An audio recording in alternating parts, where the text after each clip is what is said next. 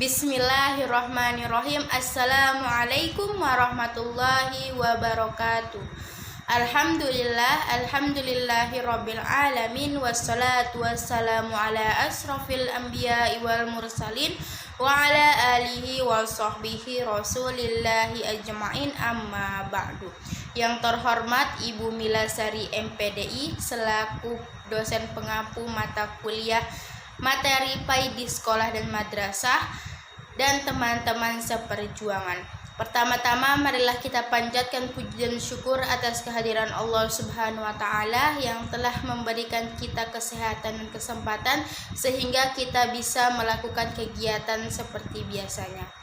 Salawat beserta salam tak lupa kita curahkan kepada Nabi besar kita, Nabi besar Muhammad sallallahu alaihi wasallam, dengan mengucapkan Allahumma sholli ala Sayyidina Muhammad wa ala ali Sayyidina Muhammad. Perkenalkan, nama saya Apriliana Puspitasari dari Prodi Pendidikan Agama Islam semester 4 kelas pagi.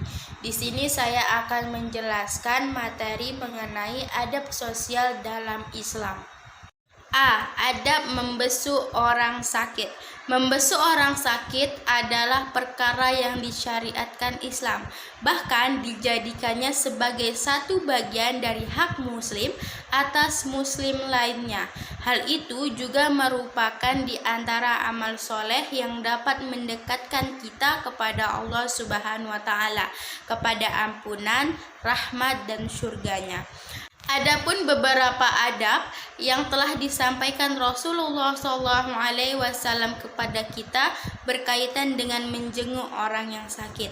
Di antaranya yang pertama, niat yang baik. Yang kedua, bersegera mengunjunginya. Yang ketiga, menjenguk dengan berjalan kaki. Yang keempat, mencari waktu yang tepat. Yang kelima, bertanya tentang keadaan orang yang sakit. Yang keenam, membawakan hadiah. Yang ketujuh, menghiburnya orang yang sakit dengan banyaknya pahala dari Allah Subhanahu wa taala. Yang kedelapan yaitu mengajarinya orang yang sakit dengan doa ketika tertimpa musibah. Yang kesembilan, mengingatkan orang yang sakit agar selalu sabar. Yang kesepuluh, mengingatkan orang yang sakit agar selalu berprasangka baik kepada Allah Subhanahu wa taala. Yang ke-11, melarang untuk berkeluh kesah dan mengharap kematian. Yang ke-12, meletakkan tangan di atas orang yang sakit. Yang ke-13, mendoakan kebaikan dan kesembuhan untuk orang yang sakit. Yang ke-14, tidak berlama-lama. Yang ke-15, menjenguk untuk kedua kalinya. Mempraktekkan menjenguk orang yang sakit. Menjenguk orang yang sakit tidak mesti dilakukan pada saat orang yang sakit mengetahui siapa yang menjenguknya.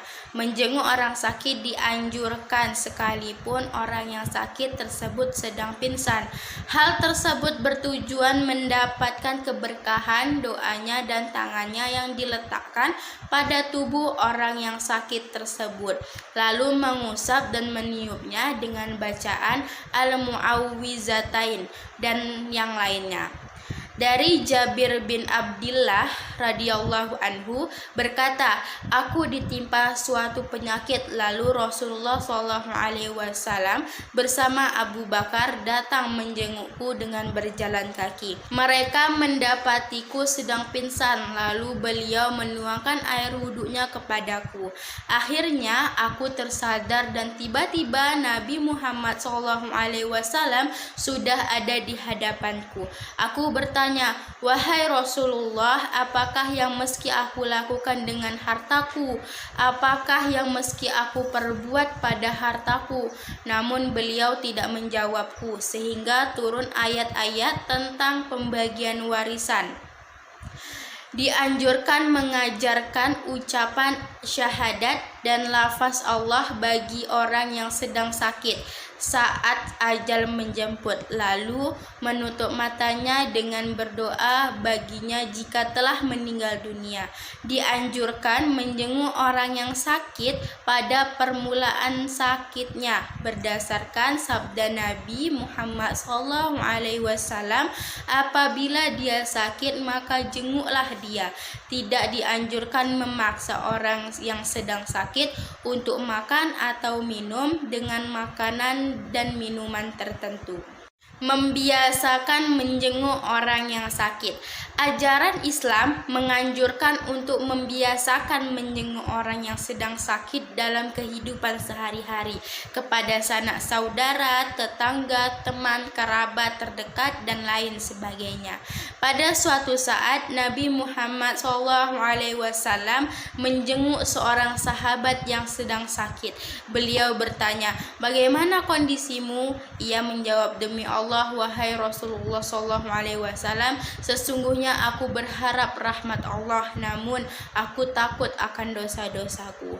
Rasulullah SAW menjelaskan, tidaklah dua hal tersebut, rasa harap dan takut, terkumpul pada hati seorang hamba pada kondisi seperti ini, melainkan Allah akan beri apa yang ia harapkan dan dia curahkan keamanan dari apa yang ia takuti. Hadis riwayat At-Tirmizi dan Ibnu Majah.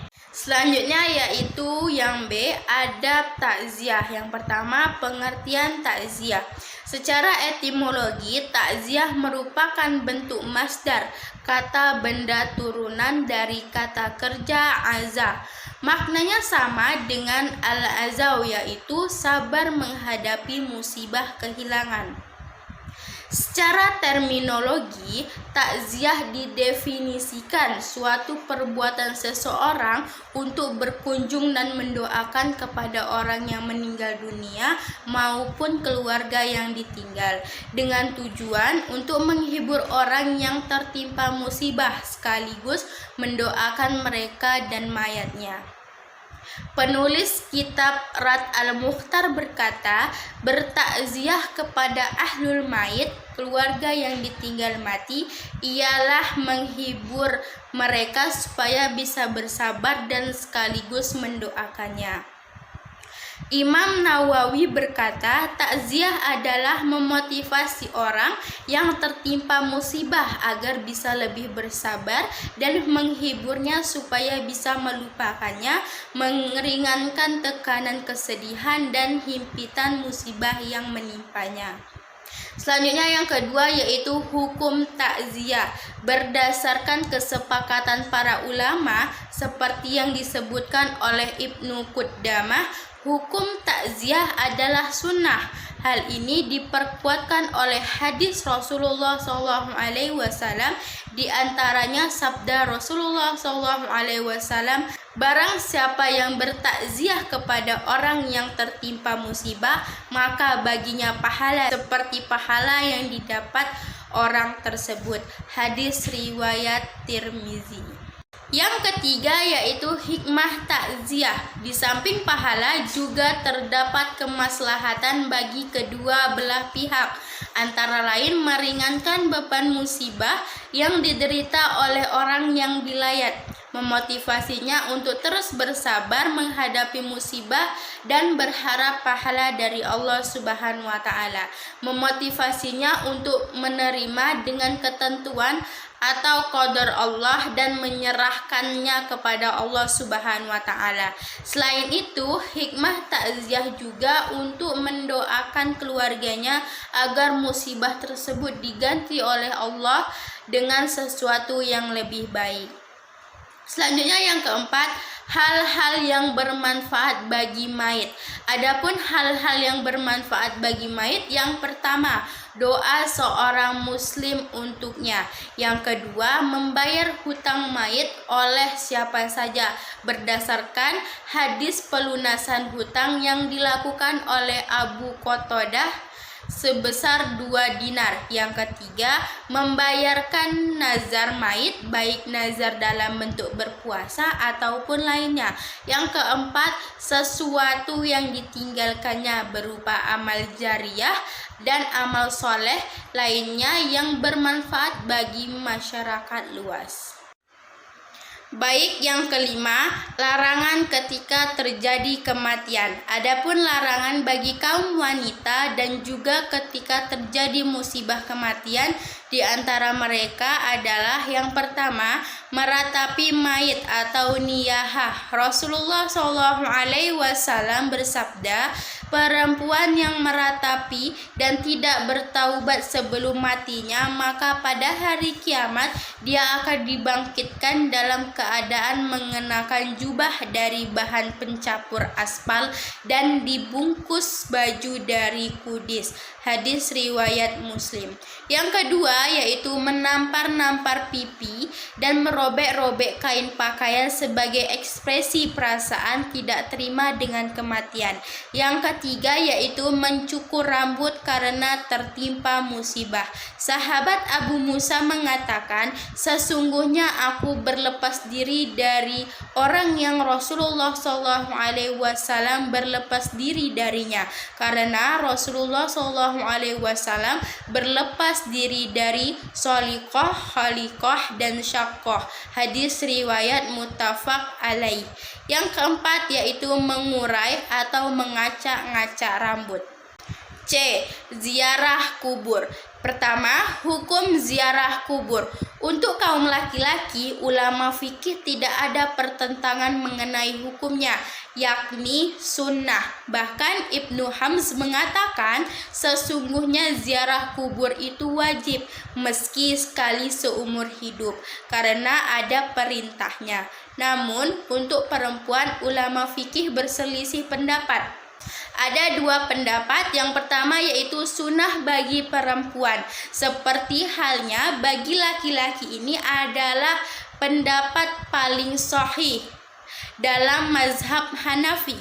Dalilnya adalah keumuman nas tentang ziarah, sebagaimana dalam sabda Rasulullah SAW, aku pernah melarang kalian untuk berziarah kubur, maka berziarahilah sekarang, karena sesungguhnya ziarah kubur dapat mengingatkan kalian akan kematian. Hadis riwayat Muslim dari Abu Buraidah. Yang kedua yaitu hal yang makruh bagi perempuan, sebab dimakruhkannya perempuan untuk ziarah kubur karena mereka sering meratapi, berteriak disebabkan perasaannya yang lembut, banyak meronta dan sulit menghadapi musibah. Namun hal itu tidak sampai diharamkan. Yang kedua yaitu tata cara dan adab ziarah kubur. Adapun adab dalam berziarah kubur diantaranya, yang pertama dianjurkan melepas alas kaki. Mazhab Hambali menganjurkan untuk melepas sandal ketika masuk ke halaman pemakaman karena ini sesuai dengan perintah dalam hadis Busyair bin Al-Qasasah. Ketika aku berjalan mengiringi Rasulullah SAW, ternyata ada seseorang berjalan di kuburan dengan mengenakan kedua sandalnya. Maka Nabi SAW mengatakan, hai pemakai dua sandal, tanggalkan kedua sandal kamu. Orang itu pun menoleh ketika dia tahu bahwa itu ternyata Rasulullah SAW. Ia melepaskannya serta melemparkan keduanya. Hadis riwayat Abu Daud dan Hasan. Yang kedua yaitu mengucapkan salam. Disunahkan bagi orang yang berziarah mengucapkan salam kepada penghuni kubur.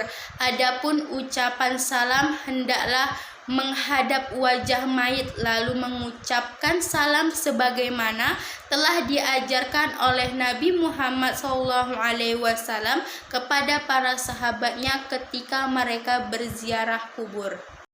Yang ketiga yaitu membaca surat pendek. Dianjurkan membacakan Al-Quran atau surat pendek. Ini merupakan sunnah yang dilakukan di kuburan. Pahalanya untuk orang yang hadir, sedangkan mayit seperti halnya orang yang hadir yang diharapkan mendapatkan rahmat. Pahalanya juga dapat memohonkan kepada Allah agar disampaikan kepada mayat yang dikubur. Banyak ulama menganjurkan demikian. Disunahkan membaca surat Yasin seperti yang diriwayatkan Ahmad, Abu Daud, Ibnu Hibban dan Al-Hakim dari Maqal bin Yasar. Rasulullah SAW bersabda, bacalah surah Yasin pada orang yang meninggal di antara kalian. Yang keempat yaitu mendoakan si mayit. Selanjutnya mendoakan untuk mayit selesai membaca Al-Quran dengan harapan dapat dikabulkan. Sebab doa sangat bermanfaat untuk mayit. Ketika berdoa hendaknya menghadap kiblat. Saat berziarah kubur di Baqi, Rasulullah SAW berdoa dengan lafal Allahumma ghfirli ahli Baqi'il Qarqad. Yang kelima yaitu berziarah dalam posisi berdiri. Disunahkan ketika berziarah dalam keadaan berdiri dan berdoa dengan berdiri, sebagaimana yang dilakukan Rasulullah SAW ketika keluar menuju Baqi. Selain itu, jangan duduk dan berjalan di atas pusara kuburan. Dalam riwayat Muslim, Rasulullah SAW bersabda, sungguh jika salah seorang dari kalian duduk di antara bara api sehingga membakar bajunya dan menembus kulitnya, itu lebih baik daripada duduk di atas kuburan. Sedangkan jika berjalan di samping atau di antara pusara-pusara kuburan, maka itu tidak mengapa. Selanjutnya yang keenam yaitu menyiramkan air di atas pusara. Diperbolehkan menyiramkan air di atas pusaran mayit berdasarkan hadis. Sesungguhnya Nabi Muhammad SAW menyiramkan air di atas kuburan Ibrahim, anaknya, dan meletakkan kerikil di atasnya. Demikian penjelasan mengenai adab sosial dalam Islam. Semoga bermanfaat bagi kita semua. Wabillahi taufiq wal hidayah. Wassalamualaikum warahmatullahi wabarakatuh.